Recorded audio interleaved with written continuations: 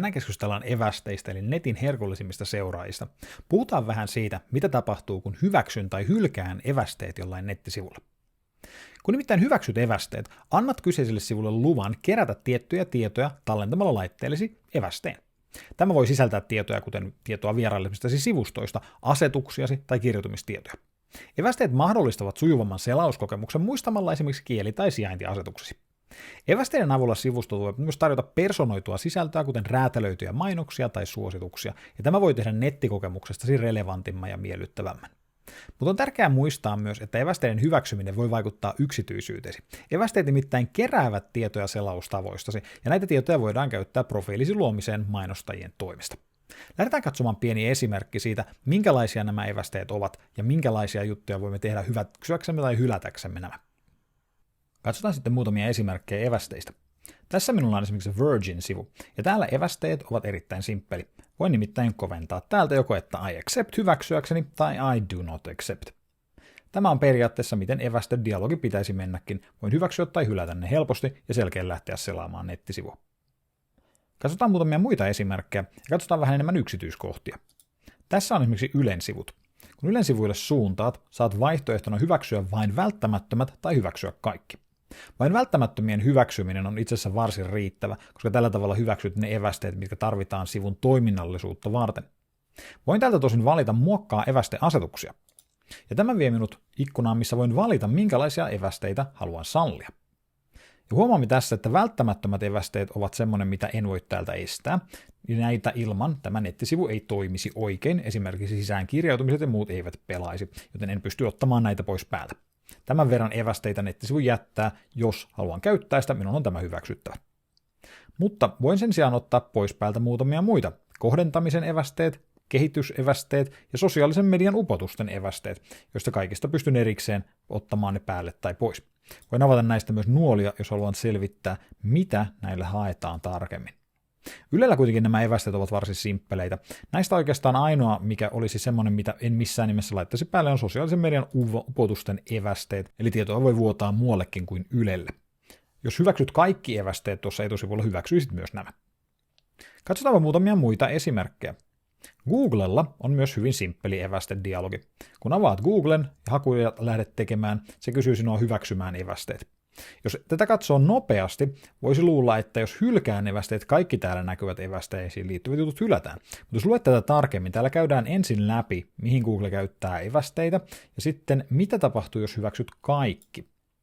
Ja jos katsomme tätä tarkemmin, hylkää kaikki ei siis tarkoita, että hylkään kaikki evästeet täälläkään. Se tarkoittaa vain, että hylkään näihin kohtiin liittyvät evästeet, mutta vaikka hylkäisin kaikki, nämä ylemmät kohdat täällä ovat edelleen aktiivisia.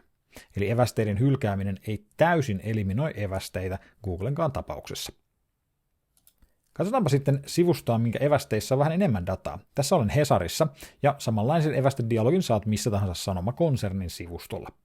Täällä voin joko hyväksyä evästeet painamalla OK:ta, tai jos haluan tehdä mitään, niiden kanssa täytyy minun napsauttaa asetuksia. Myös hylkääminen tapahtuu täällä asetusten kautta, ja tämä on valitettavasti erittäin yleinen tapa erinäisillä nettisivuilla tänä päivänä. Käydäänpä tuolla asetuksissa. Jos avaan asetukset, menee pieni hetki, ja sen jälkeen saan tämän näköisen ikkunan. Täällä voin edelleenkin suoraan hyväksyä kaikki, mutta nyt minulle tulee myös hylkää kaikki nappi, millä voin suoraan sanoa, että en halua näitä evästeitä. Tämä on valitettavan tyypillistä evästeiden kanssa, eli hylkääminen ei ole tehty helpoksi, vaan se piilotetaan jonkun toisen dialogin alle. Lähdetään katsomaan näitä hieman tarkemmin. Esimerkiksi käyttötarkoituksissa täällä pystyn määrittämään, mitä asioita haluan sallia tänne. Sallitaanko tietojen tallentaminen laitteelle ja laitteella olevien tietojen käyttö. Jos haluan tietää tästä lisää, voin napsauttaa pientä nuolta, jolloin minulle avataan tämä. Ja täällä on itse asiassa varsin selkeästi kerrottuna vieläpä, mitä nämä tekevät. Esimerkiksi, että nyt minusta voitaisiin tallentaa tunnisteita, verkkopohjaisia satunnaisia tunnisteita, sekä muita tietoja, kuten käyttämäni selain, kieli, näytön koko, tuettuja tekniikoita tai muita. Nämähän tulevat siitä, että aina kun avaan nettisivun, selaimeni kertoo tiettyjä asioita tietokoneestani tänne nettisivulle yhteensopivuussyistä. Esimerkiksi kertoo, onko tämä mobiililaite vai tietokone, mitä käyttöjärjestelmää käytän, jotta nettisivu voi tarjota minulle varmasti toimivan version tästä nettisivusta. Mutta nämä voidaan myös tallentaa seurantaa varten. Löydän täältä monta kategoriaa, mitä kaikkea emme nyt lähde läpikäymään, mistä pystyn määrittämään, mitä haluan näistä laittaa päälle. Sanomilla ei välttämättä kerätä tietoja enempää kuin muilla sanomalehdillä tai muilla tällaisilla mediatahoilla, mitä nyt Sanoma jakaa tämän useampaan eri kategoriaan, jossa monesti nämä saatetaan summata muutamaan kategoriaan, mitkä voi sitten hyväksyä tai hylätä. Mutta jokaisen näistä voi laittaa päälle tai pois sen mukaan, mitä näistä haluaisin hyväksyä. Voin myös tietysti hylätä kaikki suoraan. Ominaisuuksien puolelta löydän muutamia ominaisuuksia, mutta näitä ei varsinaisesti yleensä voida hienosäätää. Täällä vaan kerrotaan joukko ominaisuuksia, mitä täällä on käytössä. Teknologiakumppanit on taas sitten mielenkiintoisempi. Täältä voin määrittää erikseen, minkä teknologiakumppanien kanssa haluan, että tietojeni käytännössä jaetaan.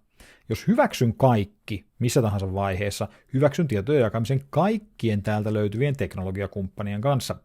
Monet näistä voivat olla esimerkiksi mittaukseen liittyvää tai sivun tekniikkaan liittyvää, mutta erittäin suuri osa näistä on erilaisia yrityksiä, mitä käytetään sitten siihen, kun halutaan vaikkapa profiileja mainostamiseen luoda. Kaikki näistä siis sallittaisiin, jos hyväksyisin kaikki. Tämä ei ole mitenkään poikkeuksellista. Jos otamme kansainvälisen nettisivun, kuten vaikkapa Guardianin etusivulla voin valita joko hyväksyväni evästeet tai haluavani hienosäätää niitä. Jos menen tänne hienosäädön puolelle, voin sen jälkeen tehdä hyvin pitkälti samat asiat kuin Hesarillakin äsken, eli tänne tulee reject all tai accept all hyväksymiseksi tai hylkäämiseksi. Tämän jälkeen, jos menemme eteenpäin, löydän täältä samanlaisia asioita, eli mitä asioita haluan sallia on-off-kytkiminä. Täällä tosin nämä on jaettu vähän erinäköisiin välilehtiin. Site Vendors puolelta löydän sen, mitä täällä äsken löysimme teknologiakumppaneina. Eli täältä pystyn hienosäätämään, minkä tahojen kanssa tietojani jaetaan.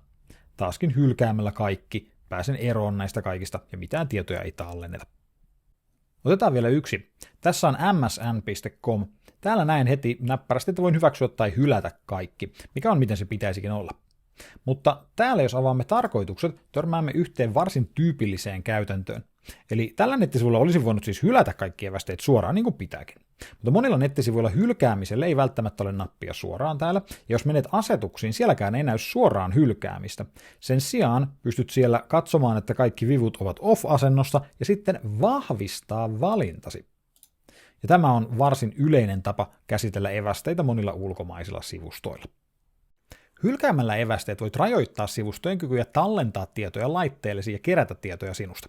Tämä voi suojata yksityisyyttäsi, mutta voi myös vaikuttaa selainkokemuksesi negatiivisesti, koska esimerkiksi jotkut verkkosivut on toiminut, kuten vaikkapa ostoskärryjen muistaminen tai asetusten tallentaminen, eivät ehkä toimi kunnolla tai ollenkaan. On tärkeää huomata, että jotkut välttämättömät evästeet, kuten ne, jotka varmistavat verkkosivun turvallisuuden, voivat jäädä päälle, vaikka kuinka hylkäisit. Lisäksi oikeutetun edun mukaiset evästeet voivat olla aktiivisia, vaikka hylkäisit muut evästeet. Nämä evästeet eivät välttämättä kerää henkilökohtaisia tietoja, mutta voivat olla tarpeen sivuston perustoimintojen kannalta. Käydään katsomassa näitä erikoisempia evästeasetuksia vielä hieman tarkemmin. Tässä on meillä Sanoman evästeet jälleen. Täällä, jos menen käyttötarkoituksiin, huomaan, että täällä on erikseen tämä suostumus, mutta myös oikeutettu etu. Ja huomaan täältä, että täällä on muutamia vipuja on-asennossa oletusarvoisesti, jotka täytyy kääntää erikseen pois päältä. Osa näistä ei välttämättä ole sellaisia, mitä haluaisin itsestäni kerättävän, eli jos olisin avannut Sanomien nämä oikeudet täältä ja katsonut tästä nopeasti, vaikkapa suostumuksen puolelta kaikki on pois päältä ja tallentanut, nämä oikeutetun edun puolella olevat evästeet olisivat edelleen jääneet voimaan. Syppäämme teknologiakumppaneihin, täällä esimerkiksi tuommoisia ei näy, eikä ominaisuuksissa. Mutta joissain eri kategorioissa voi myös olla erikseen jaettu suostumukseen sekä oikeutettuun etuun. Ja oikeutetun edun alla voi siis olla tarvittaessa jopa tällaisia evästeitä, mitkä ovat vapaaehtoisia selvästi. Täälläkin on kuitenkin nyt näitä erityisen käyttötarkoituksen evästeitä, ja näitä en pysty laittamaan pois päältä. Nämä ovat sellaisia, mitkä liittyvät nimenomaan tietoturvaan, sivuston tekniseen toiminnallisuuteen, eli näitä en pystyisi laittamaan pois päältä täällä Sanomien alla ollenkaan, mikä sinällään ei itse asiassa ole välttämättä huono juttu. Osa näistä on oikeasti ihan tärkeitäkin olla päällä. Evästeet voidaankin siis jakaa useisiin eri tyyppeihin.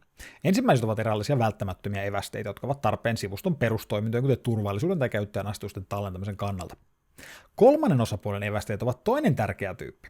Näitä ovat nimenomaan nuo aiemmin näkemämme teknologiakumppanit tai site vendors, mitä tutkimme äsken. Nämä evästeet tulevat muilta kuin siltä sivustolta, missä olet vierailemassa. Esimerkiksi ne tulevat mainostajilta tai analytiikkapalveluilta. Ne voivat seurata käyttäytymistäsi useiden sivustojen yli ja luoda laajempaa tietoa mieltymyksistäsi ja käyttäytymisestäsi. Tämä tieto auttaa mainostajia kohdentamaan mainontaa tehokkaammin. Tämän tyyppisiä evästeitä on myös alettu blokkaamaan, esimerkiksi Firefoxissa tai jatkossa myös ehkä Chromessakin. On tärkeää ymmärtää, että sinulla on valta näiden evästeiden suhteen. Voit määrittää, mitä evästeitä hyväksyt, ja sillä tavalla rajoittaa, miten paljon tietoa sinusta voidaan kerätä. Voit myös hallita evästeasetuksiasi selaimen asetuksista ja rajoittaa muun muassa ne kykyjä jäljittää sinua vaikkapa rajoittamalla kolmansien osapuolien evästeiden toimintaa. Evästeet ovat siis totta tosiaan tärkeä osa netin toimintaa, mutta on oleellista ymmärtää niiden vaikutukset yksityisyytesi ja selainkokemuksesi. Muista, että sinulla on aina valinta, voit valita evästeasetuksesi ja suojata tietojasi niiden avulla. Toivottavasti tästä videosta oli hyötyä ja opit jotain uutta ja sait itsesi hieman yksityisemmäksi tai ainakin, jos ei muuta, niin tiesit nyt ainakin mitä tapahtuu, jos hyväksyt tai hylkäät nuo evästeet. Jos tästä videosta oli hyötyä, muista toki tilata kanavani, sillä tavalla opit lisää digitaidosta ja muusta sen sellaisesta joka ikinen päivä. Kannattaa myös tykätä tästä videosta, jokainen tykkäys ottaa kanavaani kasvamaan ja olen niistä hyvin kiitollinen. Teit mitä teit, oikein paljon kiitoksia tämän videon katselusta. Vevo voi kiittää ja kuittaa.